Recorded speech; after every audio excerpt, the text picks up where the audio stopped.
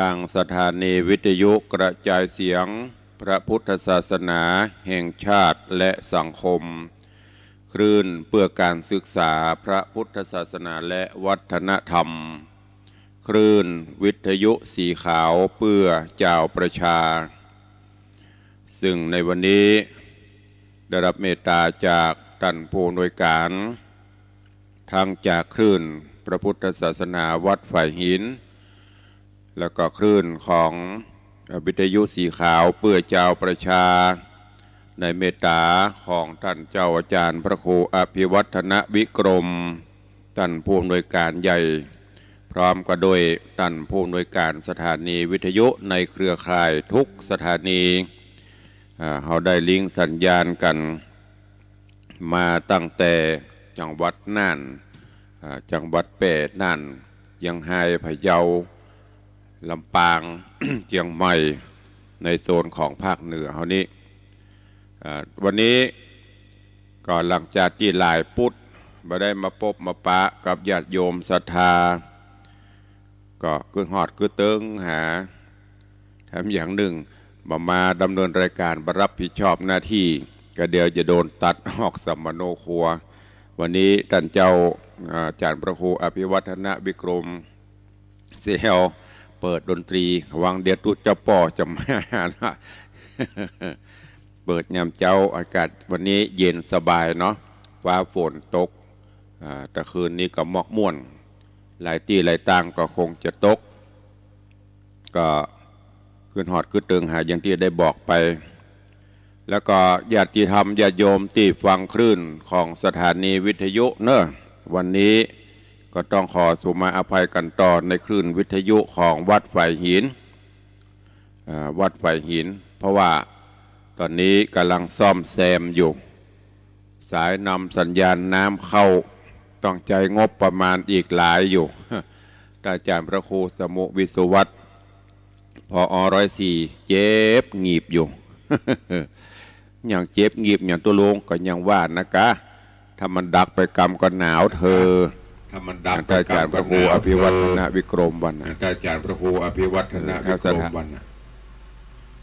ถ้าสถานีในดักปิ่งนี่พอเจ็บงีบ4งีบคนเนอะตอนนี้10 ประวันละยังใช้การไม่ได้เพราะฉะนั้นคนเฒ่าคนแก่อีพ่ออีแม่ที่โทรเข้ามาถามตุลงมันอย่ามาดักปิ้ง ก็จังได้บอกไปพอกำลังเสาะสตางค์อยู่เพราะว่าตอนนี้ต้องใจงบหนักในการซ่อมแซมก็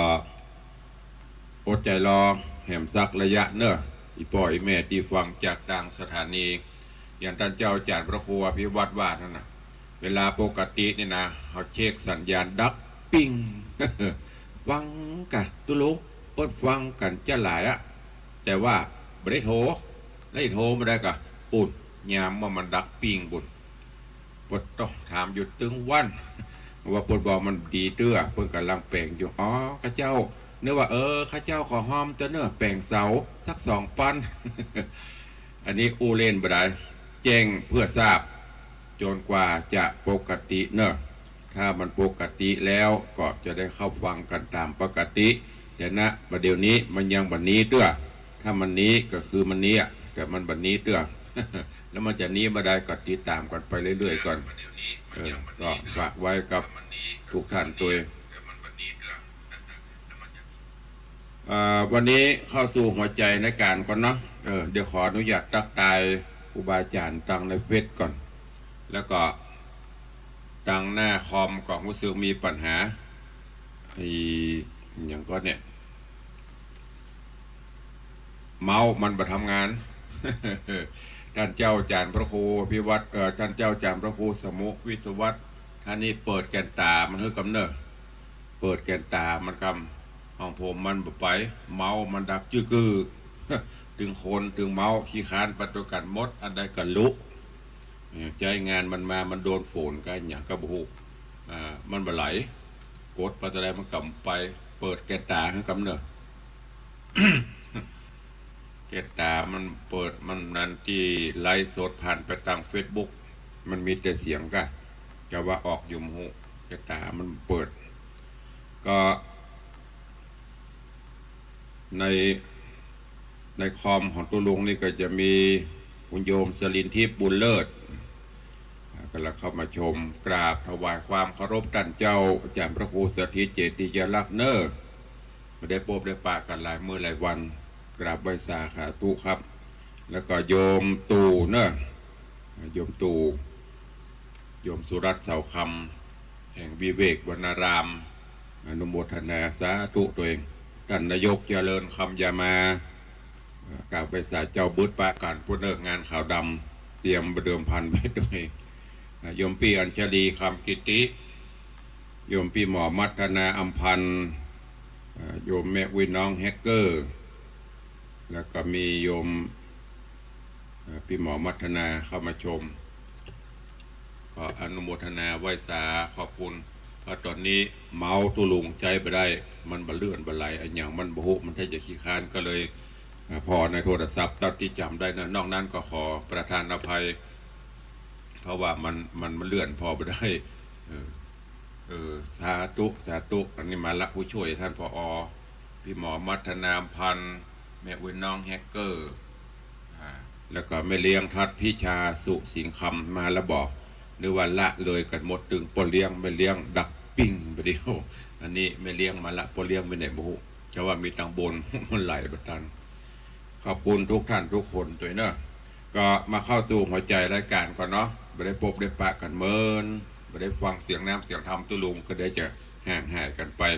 วันนี้ฟังธรรมก่อนเดี๋ยวค่อยมาพบมาปะกันตักตายกันในใต้รายการเป็นลำดับไปณโอกาสบัดนี้ นะโมตัสสะภะคะวะโตอะระหะโตสัมมาสัมพุทธัสสะกัมมังสัตเตวิภัชชาติติสัทธโบดุราโสตุจนะสัพพุริสะตังหลายเท่าแก่ยิงใจเด็กขาดหนุ่มน้อยมีใจจืนจ้อยเจยบานย่อมือสานไหวสาใส่เกลามานั่งนิดนั่งเต้าฟังธรรมจูงดาจำทาดาฟังพุทธวัจจะนังยังกำสอนโอวาทเจือนักปราชญ์สัพปัญโยตนเป็นครูโลกไตจี้บอกไว้เรื่องบาปบุญกรรมฟังแล้วจำชื่อไว้เฮอเป็นแค่ไตสองน้ำตาคือหายมัวฟังมืดบอดจักเอาตัวรอดตัวรอดอบายอย่านับฟังได้ปังเป่าโอจะเล่ากวนทำจะเป็นปายกรรมไปนากรรมตอบตาตัวไปเกิดมาจะได้หูลึงเป็นคนสึงตึงบ้าบายฟังแล้วใส่ก่อนกายเอาแก่นสารเกิดปัญญาญาณเข้าใจแจ่มแจ้งหูกฎแห่งบุญกรรมการกระทำเป็นมูลเหตุพระพุทธเจ้าเทศนามาตั้งแต่อเนกชาติก่อนจุงพักผ่อนฟังไปบ่อย่าจะแลนาสาธุจนะเลยศรัทธาเลยมวลหมู่อันปาการเกิดมาอยู่ใต้ลุ่มฟ้าโลกาพร้อมสัพพะสัตตาตัวนาตกต่ำจะทุกจนกำบันดลจำแนกหือพิษแผกบ่เหมือนกันพระจอมท่านเทศไว้กำถอยไรติดตามเลวและสามประณีตกำขีดเส้นบันดาลพระองค์ขานกล่าวไว้ว่ากำมังสัตเตวิภัชชติกรรมลิขิตจำแนกชีวิตแตกต่างกัน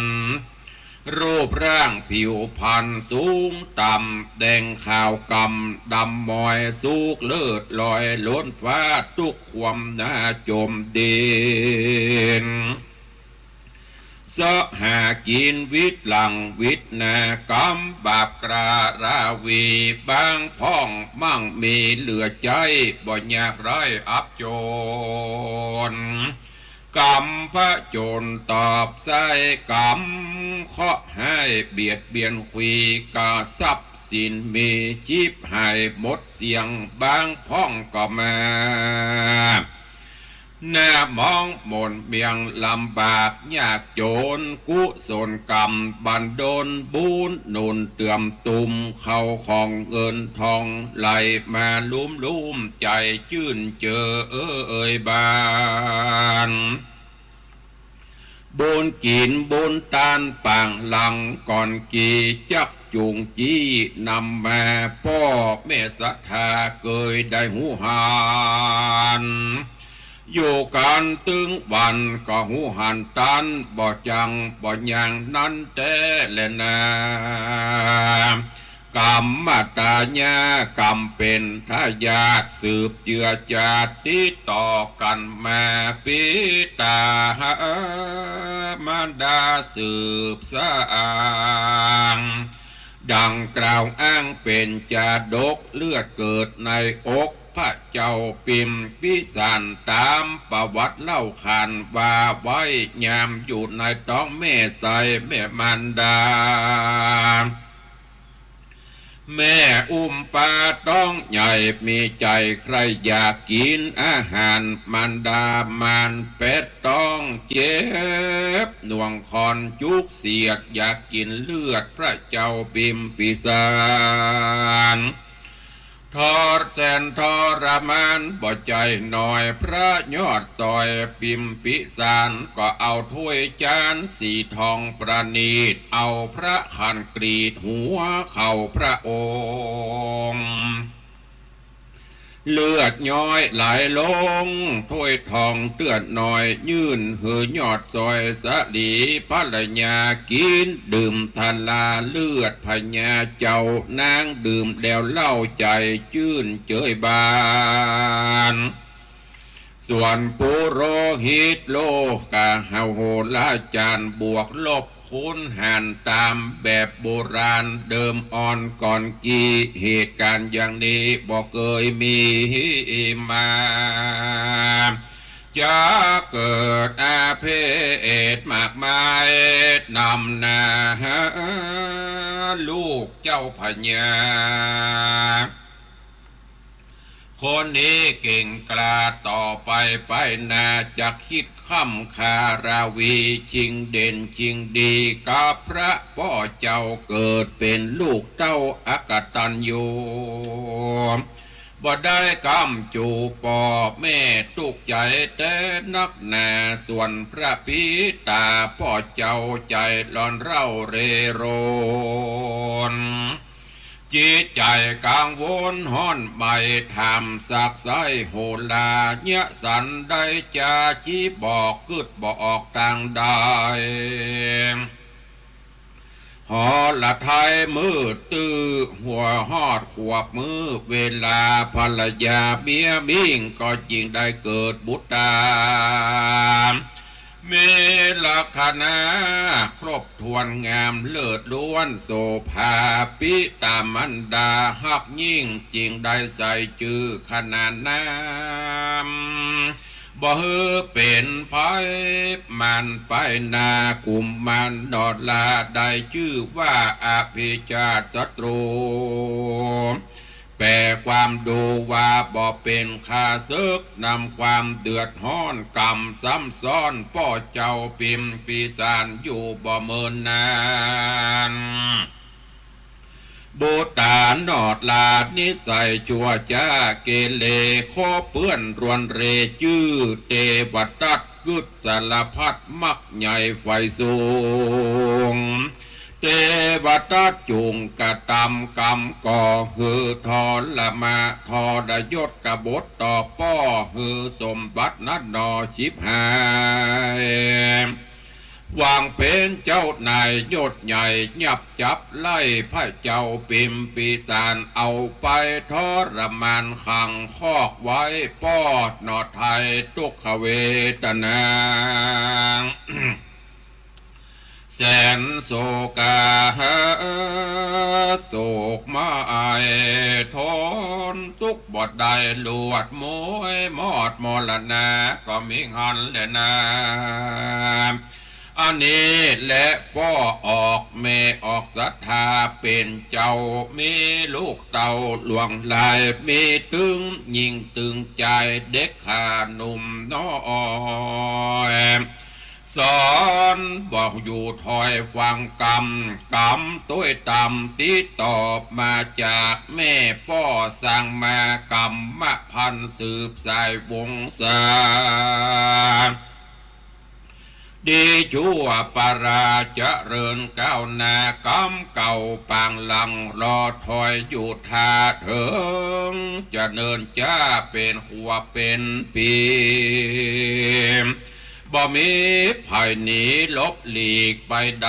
นักปราชญ์เปรียบไว้อุปมาเหมือนขึ้นหลังคาอยู่ที่สูงเก็บเอาหมู่ฝูงเล็กหินกระดาษควางทิ้งอากาศลงมาก้อนหินศิลานักหนองยอมลอยละล่องลงดินเพราะก้อนหินนักว่าเร็วบ่จ้าตกดินกระดาษบินปลิวจ้าเพราะเบากว่าหินพาตกลงมาเมื่อลุนปุ่นลากรรมนักเกกราเรียกว่าคารุกรรมกาญกรรมบุปป้อตีแม่วจีกรรมดาคมแป้เสียดสี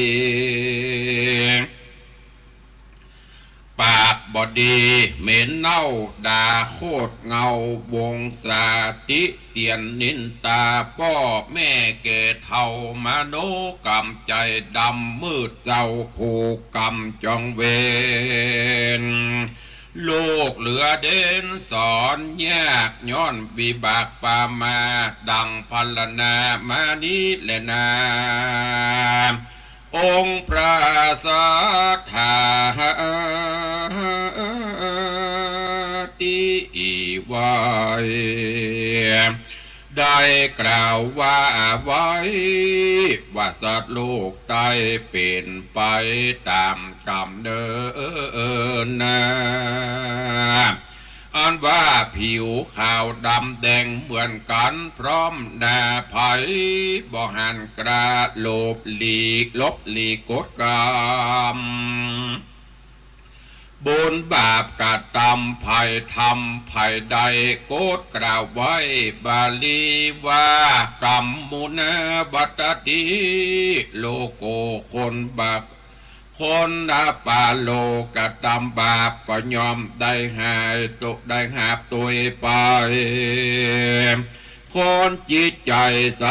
สะอาดก็บอกเกลียวกล้าต่างดีบุญบารมีเตื่อมกำตกน้ำก็บ่ลายตกใส่ไฟก็บ่ไหม้สมบัติบ่ไรทมทองทรัพย์สินเงินทองก็เกิดสุขลำเลิศเป็นดีเป็นเศรษฐีไปเสียจ้อยบางคนเกิดมาตุกแต่น้อยถึงตายบางคนบุญแผ่พายแฝงไฟได้เป็นเจ้าใหญ่นายโคนบางคนตุกหนอเวโว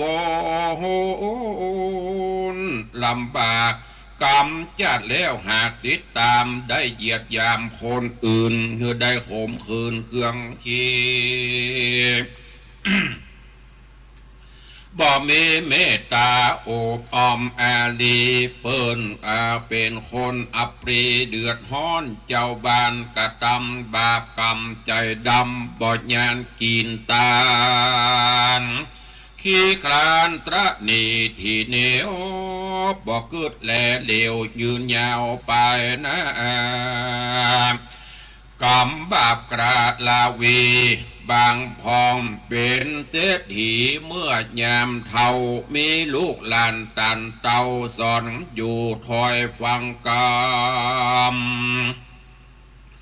บางคนบุญนานำลำเลิศมาเอากำเนิดเลิศโดยวิชามีปัญญาฉลาดเป็นนักปราชญ์เฮียนสูงมีเพื่อนฝูงบริวา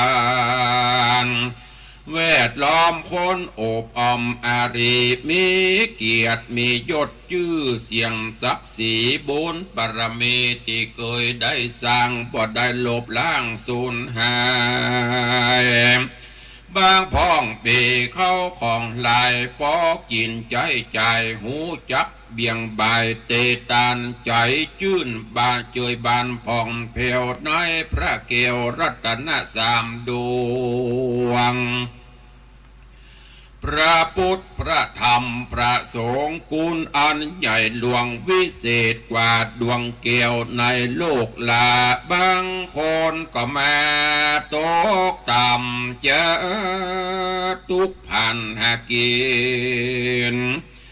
เนื้อการหับจางหมอกปวิดว่างง่ายแรงจิตใจยังแฝงฝักไฟมีศรัทธาใคร่ต่างบุญกุศลนูนปางก่อนบุญส่งย้อนมาจูองค์สัพพัญญูกล่าวไว้ดังก้อนไก่แสดงมาดีและนามูลาสัทธาติปากันนังภาไว้ตั้งเกิดมาใจเวรกรรมการกระทำสืบต่อโคตรแม่ป้อวงศาบางคนเกิดมาลำบากโอดกันอยากขอทานบางคนเดินสมสารขึ้นลองเดินเตียวตองกะขายบางคนชิบหายถอยไร้บางพ้องมีเงินเหลือใจบ่อาทรบางพ้องโศกาบอนคำเจ้ามีลูกเต่าเหมือนมดเหมือนผีลูกกาลีขี้พายขี้เหล่ารับลูกกินเขาบ่ญการทำงานนิสัยสันดานอย่าทำยิงทำฆ่ากินอย่ามาอย่าบ้าเสียผู้เสียคนเป็นคนวิโตวิกลเปรตเปียงดังบาพี่น้องเจ้าข้าตั้งหลายอันนี้แหละบนห้องเวรกรรมพอปัจจุบันกรรมใดนับยิงกรรมนั้นก็วิ่งสะเวยบ่ฮือล่วงเลยจัดนาตัวตอบตาตันใจกระทำอย่างใดย่อมได้ฮับอย่างนั้นกัลยาณการีกัลยาณังปาปะกาลีจะปาปะกังแปลให้ฟังทำดีได้ดีทำชั่วได้ชั่วดังนี้ดังได้กล่าวจีเตสนามาขอมูลศรัทธาเจ้าข้าตั้งหลายอย่าได้ประมาทละสาจงได้ปากันเอายังเกี่ยวเจ้าตั้งสามประการเป็นรัตนะเกี่ยวตีเปิ้งตีเคารพนับถือปฏิบัติถือตือตามศีลธรรมคำสอนองค์สมเด็จพระสัมมาสัมพุทธเจ้าจากได้ปากันเราเข้าสู่ทางดีขอบุญบารมีได้ปกห่มป้อออกไม่ออกสถานหนุ่มท่าเอาคือได้ปากันเราอยู่ดีมีสุขจุ่มจำเลินไปโดยอายุดีขาเตียงเต้า120 ขวบเขาเหมือนกำจุคนก็มีแลนะเนติตังขีญาสังวันนาวิเศษจากห้องเหตุธรรมเทศนา ปกิณกะธรรมกรรมสอนเรื่องเวรกรรมก็บังโกมสมเรศสเดชก็วันนี้จบไปแห่มผูกหนึ่งโดยเฉพาะถ้าวันพุธนี้ก็ต้องเอาทำเรื่องเดียวจบถ้าเราจะมาต่อกันเนี่ยเพื่อจะไปปะกันแห่มกรรมพุธแน่ปุ่นมันจะลืมเนาะก็ขอบคุณครูบาอาจารย์ท่านเจ้าขอบคุณกับท่านผู้อำนวยการทุกสถานีเนอะที่ได้ร่วมกันในโดยเฉพาะในเครือข่ายเพราะว่าจะเป็นคลื่นวิทยุสีขาวทุกคลื่นตลอดจนคลื่นธรรมะทุกสถานีที่ได้ร่วมกันดิ้งสัญญาณถวายโอกาสเวลาคือกับตุลุงในวังโดยเฉพาะกราบขอบพระคุณเมตตาปรมีของท่านเจ้าอาจารย์พระครูสมุวิศวัตรวรกิจโจท่านเจ้าอาวาสวัดไฟหินผู้อำนวยการสถานี104แล้วก็ในเครือข่าย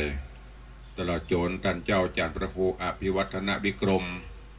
ผู้อำนวยการสถานีคลื่นวิทยุสีขาวและผู้อำนวยการสถานีทุกๆสถานีตัวเองที่สำคัญ FC แฟนพันธุ์แท้ของตุลุงติดตามมาตลอดเนอะขอบคุณทุกท่านตัวเองวันนี้ก็อย่างที่ได้บอกไปพี่น้องอีพ่ออีแม่พ่ออุ้ยแม่ป้าที่ดูเฟซดูอย่างประจังเรียนโทรศัพท์เป็นก็ง่อมไปก่อนตอนนี้ต่างช่างก็กำลังเร่งที่จะดำเนินการซ่อมให้มันแล้วเสร็จพี่น้องฮ้อนใจยังบ่เต้าพออนะ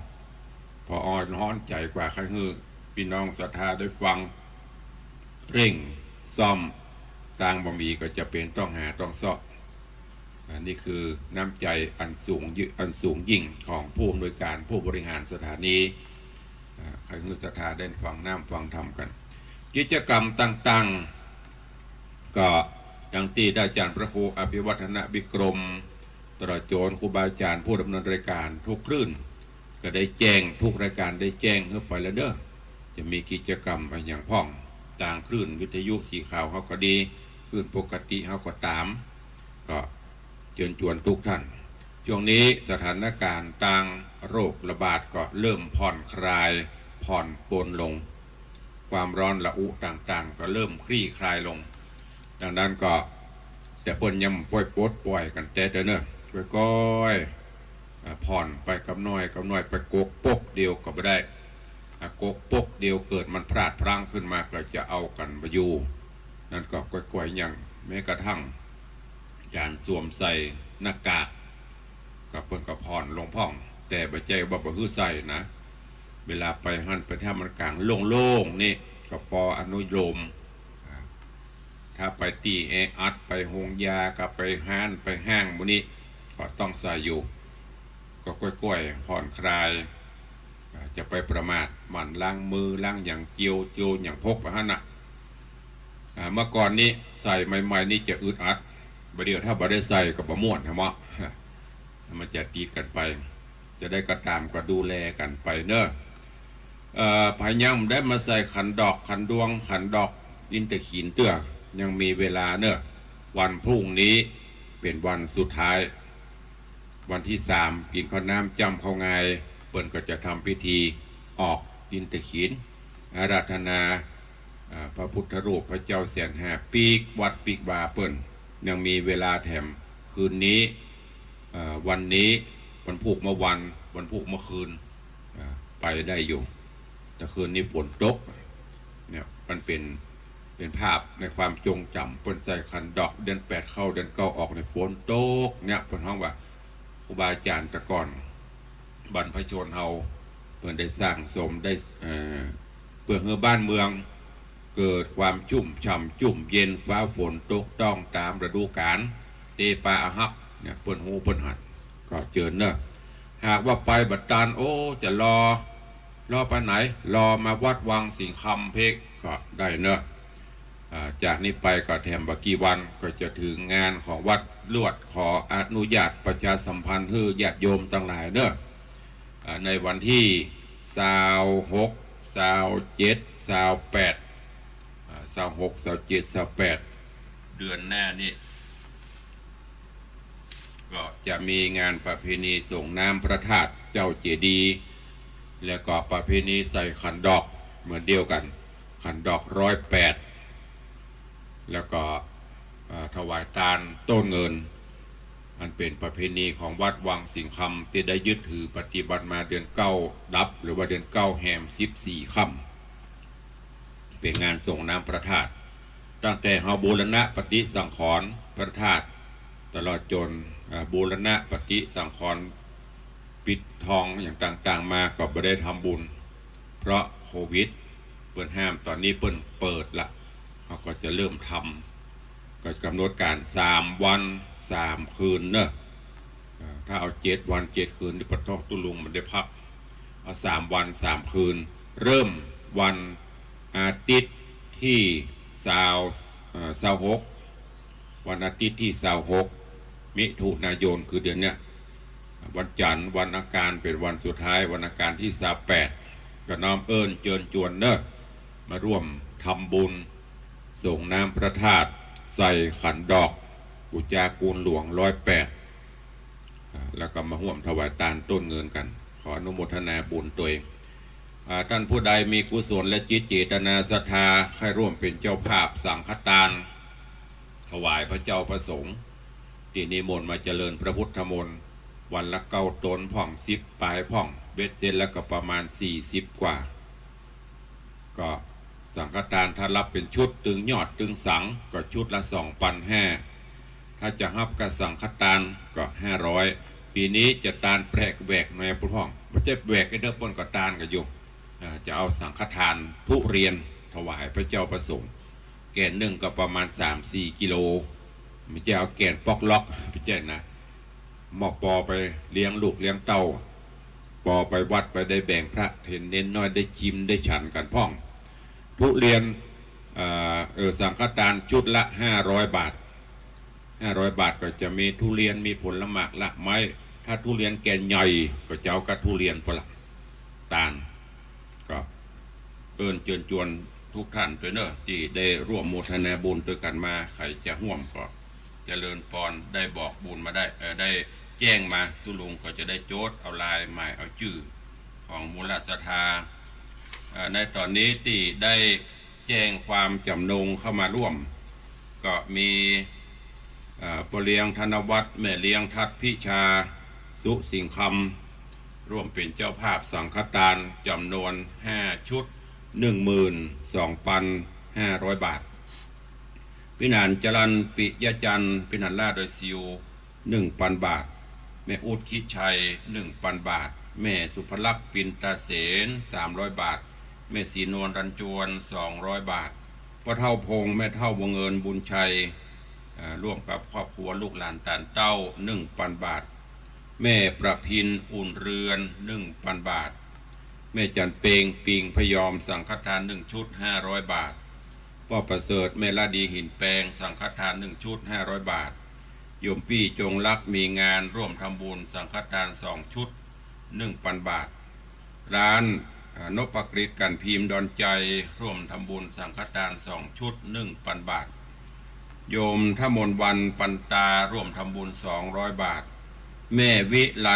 วสุทัศการหลังมอสังฆทาน1 ชุดโยมปี้จามจุรีสิทธิวงศ์สังฆทาน1 ชุดแม่ครูเหรียญทองจันทีสังฆทาน1 ชุดพี่หมอมัทนาอัมพันธ์สังฆทาน1 ชุดแม่คำปันสตูลสังฆทาน1 ชุดโยมสมศักดิ์สุริยพันธ์สังฆทาน1 ชุดโยมหัตถการโยมสรยามีเจริญสังฆทาน1 ชุดอันนี้เป็นเจ้าภาพร่วมงานในวันที่26 27 28อีเนอร์ในส่วนของการสร้างห้องปลดทุกข์ก็ขอบคุณโยมแม่วันดีอินทาเขียวแม่วิไลวสุทัศการแม่ขวนเมืองแห่ล้อมแม่จิรวรรณวงพลังพ่อสุทินแม่ทองใบเมืองพลอยก็ขอบคุณอนุโมทนาบุญตัวเนอร์ที่ได้ร่วมโมทนาในการทำบุญ รวดรายงานในส่วนของการสร้างห้องปลดทุกข์ห้องน้ำห้องสุขาตอนนี้ช่างเริ่มดำเนินการก่อดินกีใครจะร่วมเป็นเจ้าภาพก็ได้เนอะก้อนละ2 บาทก้อนละ2 บาทเริ่มก่อตะวาละอันนี้ในส่วนของการก่อสร้างห้องปลดทุกข์ห้องน้ำห้องสุขาก็บอกบุญจวนสาธุชนญาติโยมเฮาเจ้าข้าทั้งหลายเนอะในส่วนของญาติโยมที่เป็นสะพานบุญจะนำต้นหรือว่าตั้งต้นไว้ที่บ้านเพื่อให้ญาติโยมบ้านใกล้เงินเคียงญาติสนิทมิตรสหายได้มาร่วมบุญกันก็สถานที่ต่างๆประกอบด้วยที่บ้านโยมแม่จินดาบ้านบ่อสร้างนี่ก็ได้ตั้งต้นไว้ที่หั่นตั้งดอยซิวตั้งปะตึงกลางต้มม่วงม้าน้ำจำมื้อนี้ก็ไปห้อมกันได้เนอะที่บ้านปินันจรันปิยจันทร์หรือว่าปินันล่าดอยซิวตังวิเวกบรรณารามตังลิงมื่นตังแม่แก้ดหลวงแก้ดน้อยคือใกล้ๆหั่นตังป่าไผ่ก็ไปห้อมกันได้ที่บ้านตำนักเจ้าปี่ที่บ้านของโยมสุรัตน์เสาคำหรือว่าโยมตู่เนอะตังสายเหนือก็ไปให้ห้อมได้ที่วัดเจดีย์แม่ครัวซึ่งได้รับเมตตาจากท่านเจ้าอาจารย์พระครูสถิตเจติยรักษ์เจ้าวาดวัดเจดีย์แม่ครัวก็ได้เป็นสะพานบุญตั้งต้นที่วัดแล้วก็ที่บ้านโยมแม่จันดีวิสุทธินันท์ก็มาให้ประหอมกันได้ตั้งแม่เตตั้งหนองไหวเจดีย์ใกล้ๆขนาดแม่แฝกไปให้ไปหอมกันได้แล้วก็ตั้งสันน้ำเมงสันทรายก็ที่บ้านโยมแม่จันดีสุขเจริญเด้อตั้งบ้านสันน้ำเมงสันทรายวัหลวงเชิดซับก็ไปช่วยกันเด้อที่ปุ่นแล้วก็บ้านแม่เกศรชัยบุตรหมู่บ้านการกนกบ้านแม่จันเพนชัยชมพูบ้านเอื้ออาทรสกแปงแล้วก็บ้านโยมนรงมูลศรีแม่คือบ้านแม่อัมภัยกองราชแม่คือบ้านแม่กนกวันหรือว่าแม่น้อยบ้านต่อเมืองลังบ้านแม่ปราณีพยาไคหพลหนองแต้มตีวัดตากเวียนตีตุเจ้าน้อยเนอะไปให้ไปห้อมกันได้แล้วก็ตั้งกาดหิมปิงกาดบกโคกนี่กับบ้านแม่อุษาอินตาตั้งยังก็ตั้งหมู่บ้านถวายก็ที่บ้านไอพี่อาจรันพี่กัญญาใจอินอันนี้เป็นสะพานบุญสายบุญเปิดตั้งต้นเงินไว้ก็ไปให้ไปหอมกันได้เนอะหรือจะยิงตรงที่วัดก็โมทนาสาธุตัวเวลาตอนนี้เหลือแถมหน่อยก็จะได้เปิดสายหน้าไมค์ตุลุงจะฟังจากโทรศัพท์เนอะเพราะวิทยุตุลุงเปิดฮับมาได้ใครจะรายงานตัววันนี้จะร่วมบุญกุศลการจะรายงานตัวการตักตายกันหน้าไมค์ก็เข้ามาได้เนอะ0817836540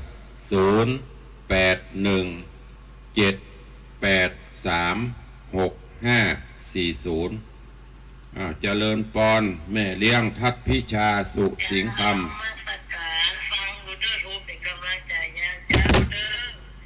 จะยิ้มเปลี่ยนปฏิรูปวิจัยและเด้อนมัสการโอ้อยู่เย็นเป็นทุกเด้อท่านเด้อสาธุปกปักรักษาท่านโดยเด้อจะนมัสการค่ะสาธุขอบคุณโยมแม่เลี้ยงทัพพิชาเจริญปอน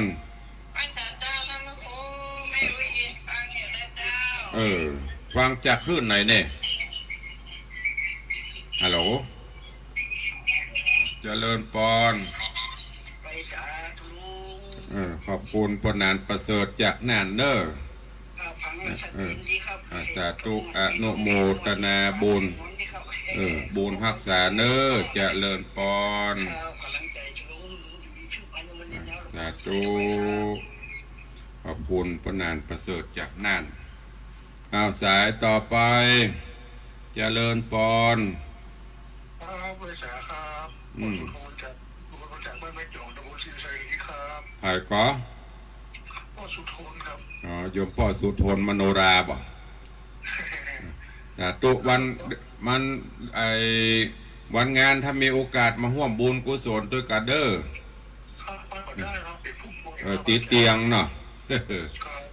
ส่วนมาก FC จะเป็นผู้ติดเตียงอ่ะเป็นอย่างไม่ได้มาก็ส่งบุญมาเด้อส่งใจมาสาธุสาธุเจริญพร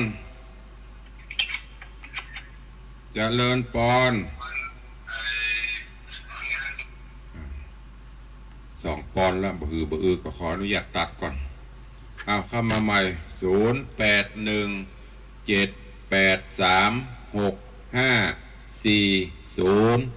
ใครฟังอยู่ที่ไหนทางใดแจ้งผลการรับฟังเข้ามาเด้อ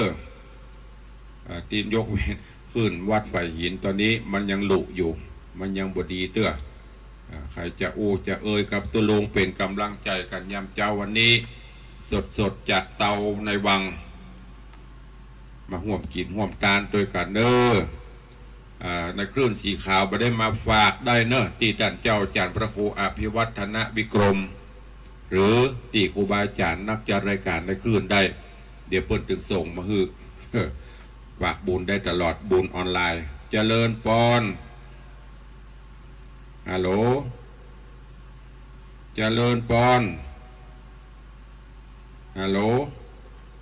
เจริญพรฮัลโหลโอ้ยอย่าไปดักปิง2 โหลออกไปเป็น11 วิก็บ่ฮือมันเป็นจะได้เนี่ยเข้ามา0817836540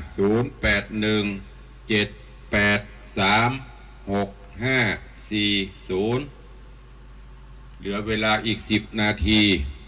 มีเวลาอู้กันอยู่กึดฮอดกึดเติงหาพ่อบ่ได้จัดสดหลายวันพอดีวันนี้ก็เลยแจ้งตังท่านผอ.ขึ้นสีขาวเจริญพรใครเอ่ยไผ่นี่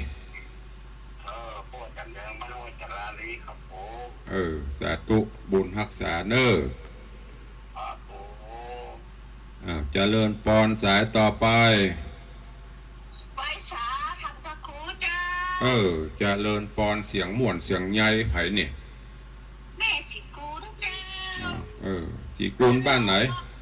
แม่สิกูลต่างธุระบ้านหนองล่องตำบลบ้านเป้าอำเภอเมียงจังหวัดลำปางจ้าเมียงแตะเมียงหวานเนาะอำเภอเมียงจังหวัดลำปางเจ้าอำเภอเมียงจังหวัดลำปางจ้าสาธุบุญรักษาเด้อเป็นกำลังใจให้เนอสาธุอีกะปีขอพระท่านพระครูมีอายุมันยืนยาว100 เช้ากว่าเข้าวาสาเนอสาธุเนอสายต่อไปเจริญพรว่าเจ้าตุ้ลุงอาจารย์ตอนนี้เวียงป่าเป้าเจ้าเวียงป่าเป้าพี่น้องเวียงป่าเป้าก็จวนกันมาเด้อวันงานเดือนกะใกล้จะสิ้นเดือนปุ่นพี่น้องคลื่นสีขาวเขาเด้อที่ฟังรายการพ่องกับค่ายหันตุ้ลุงแต่ตู้พ่องวันนั้นก็ไม่ได้ไปห่วมวันงาน FC ท่านอาจารย์พระครูพี่วัดไปถามหามันติดงานไปไม่ได้เพราะฉะนั้นมาในวังเพื่อนได้พบได้ปะได้หันได้จ๋ากันแน่นอนว่างวันที่26ก็มา26ว่าง27ก็มา27ว่าง28ก็มา28บ่ว่างเมื่อวันก็มาเมื่อคืน3 วัน 3 คืนมีดนตรีแห่มีนางลำวงย้อนยุคพ่องมีเล่นมัดฉาพ่องเอาไข่เนี่ยกันมาตอนนี้ง่อมกันมา2 ปีละพี่น้องที่ฟังจากคลื่นสีขาวพระเจ้าประชาเขาทุกคลื่นเนอะญาติธรรม FC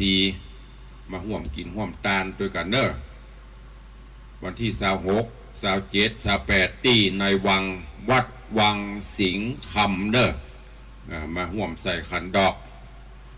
มาได้แปลงมากกับเป็นยังคนเฒ่าคนแก่เปิดตึงเตรียมไว้คือมาปูจาเอาประเดี๋ยวมันง่ายไปไหนใครจะอู้ตัวลงแหมเข้ามาเหลือเวลาอีก4 นาที 5 นาที ปีนี้วันนี้เปิดเวลาให้ได้อู้กันนักหน่อยทางแม่อินเสมิงกลับมาละวันนี้ขอบคุณหลายๆเนอะโยมแม่อุอินเปิดฝากกล้วยอบน้ำผึ้งกล้วยฉาบจากเสมิง ของดีจากเสมิงส่งมาตังไปรษณีย์ได้รับเรียบร้อยแล้วก็หมดเรียบร้อย ขอบคุณโยมแม่หมอมัทนาแม่หมอพิมพันธ์แม่หมอพิมพันธ์กาญจนกมลแม่จีนวลว่าจะได้กับโทรมาที่อันแม่กัน้องกายเนี่ยสาธุอนุโมทนา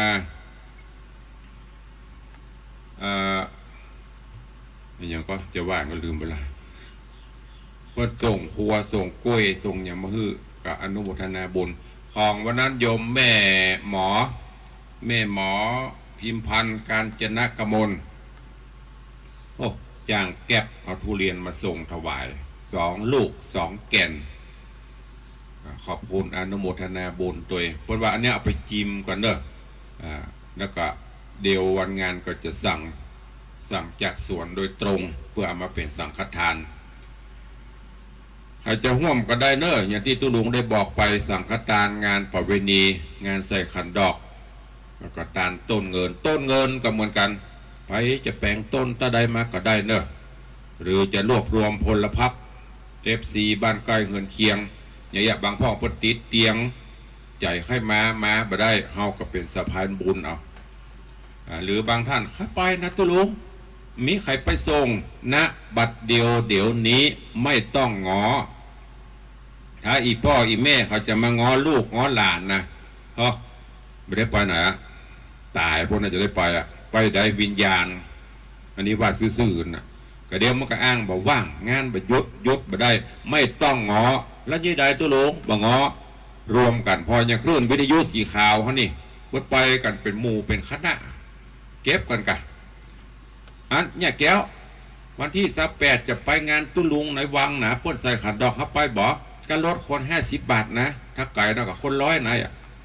เฉลี่ยกันไปอเมริกันแชร์กันไปสมมติก็ลดปัน2หรือว่าปันเก็บไปเลยคน100อันนี้ก็ลดใส่ซองไว้ตาเดี๋ยว500อันนี้อู้เล่นไปได้เปิดออกคน100ก็เก็บกันมันจะมาที่เดียวสมมติจะกินข้าวงานแล้วมาก็กินข้าวตอนแล้วมาก็ลวดไปหลายวัดไปเอี่ยวหลายที่ก็ได้วันค่ำมาค่ำเพิ่นเอาไปส่งไปตีเขาได้บ้านปุ่นมาถ้าไปง้อไอ้แก้วอีคำอีมาอีล่าอีนาอย่างสักอย่างมากระจังอันนี้มาสตางค์เด้อที่แม่ขอสตางค์สัก2 ปันแล้วจะเป็นตาลนี่เนอะอันนี้แบ่งห้องแบ่งหูอันจะไปท่าลูกท่าหลานนะมาได้ไปน้อยแม่เบเดียวมันจึงมีการเขาก่อนหน้าหันใจเขาการเขาเนาะดังนั้นแชร์กันมาถ้าใจถึงนะมันถึงอันถ้าใจบัดถึงนี่นะเอารถไปห้าผืนตีขดายบ้านมันก็ตึ้มมาบัดได้ไปมีใครเฝ้าบ้านนะถ้ามันจะลบนะมันจะมาเนี่ยมันดึงเสาะหากันมาได้หมดอยู่ จวนกันมาเนอะว่าง26วันแรกกับมา26ว่าง27กับมา27ว่าง28กับมา28บัดได้มาเมื่อวันกับมาเมื่อคืนบัดได้มาเมื่อคืนกับมาเมื่อวันแปลงใจเพื่อหมด3 วัน 3 คืนเนอะมาห่วมกันใครจะอู้ตัวตุลุงเข้ามาเหลือเวลาแถม3 นาทีสุดท้าย0817836540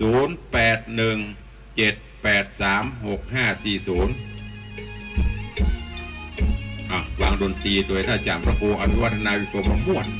เดี๋ยวจะป่อจะมาอะไรมายำเจ้าสบีวันนี้วันโจกวันใจมาเจ้าจะได้ขอถ้ามีใครขึ้นเติงหันขนาดจัดเมินได้จัดนะมีใครโทรมีไหมเอ่ยเหลือเวลาอีก3 นาที0817836540เพราะว่าตั้งกิจกรรมคลื่นสีขาวเขามีอย่างพ่อมาเดียวเพราะไม่ได้ฟังตาจันมีข่าวที่จะเพื่อประชาสัมพันธ์กับแจ้งเข้ามาเด้อ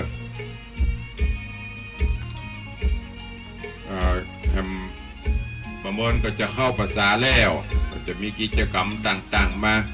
ก็กินไปตานไปเน้ออีปล่อยแม่เฮาสร้างบุญญาบารมีไปเตอะตามกำลังศรัทธาเฮาอย่างก็ตามที่เฮาทำแล้วมีความสุขบ้านบันใจสร้างไปทำไปไม่ได้ไปเบียดเบียนไผมันสื่อโซเชียลกันมากันเนอะประเดี๋ยวนะจะไปนับได้นับร้ายนับนี้ไปเลยเนอะกฎหมายเริ่มแล้วนะเจริญพรแม่จันฟองพังอยู่เนาะสาธุเจริญพรเนอะสาธุ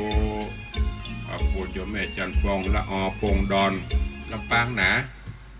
ได้โทรศัพท์มาให้กำลังใจเอาแล้วเนาะมีใครอู้ใครจากันแล้วเนาะเวลาเหลือ1 นาทีสุดท้ายเดี๋ยวก็จะคืนฮื้อตังสถานีเปิ่นมีไฟกึดเติงหาแล้วเนาะมีอยู่กะเจริญพรสาธุอนุโมทนาเด้อเอาแล้วเนาะเวลาหมดเวลาขอนำรายการจากทุกท่านไปก่อนเด้อปะกันใหม่วันพุธหน้าขอบุญคุณเกี่ยวเจ้า3 ประการปกโฮมญาติโยมศรัทธาท่านใดมีเจตนาจะร่วมบุญปากกาอู้ทางโทรศัพท์ตั้งหน้าไมค์ก็โทรมาหลังไมค์ได้ทุกเวลาเนอะโอ้ตุ้ลุงใครห่วมสั่งตัวนะใครทานทุเรียนเดี๋ยวเปิดนะจานนี้ไม่ได้กินจะได้กินจานหน้าโทรเข้ามาได้หรือจะห่วมบดีกีกะห่วมกระเบื้องกะก็โทรเข้ามาได้ทุกเวลาเนอะวันนี้ขอความสุขสวัสดีจงบังเกิดมีกับทุกท่านเนอะยัตตาโรธรรมาวัตันติอายุวันโนสุขังปะลัง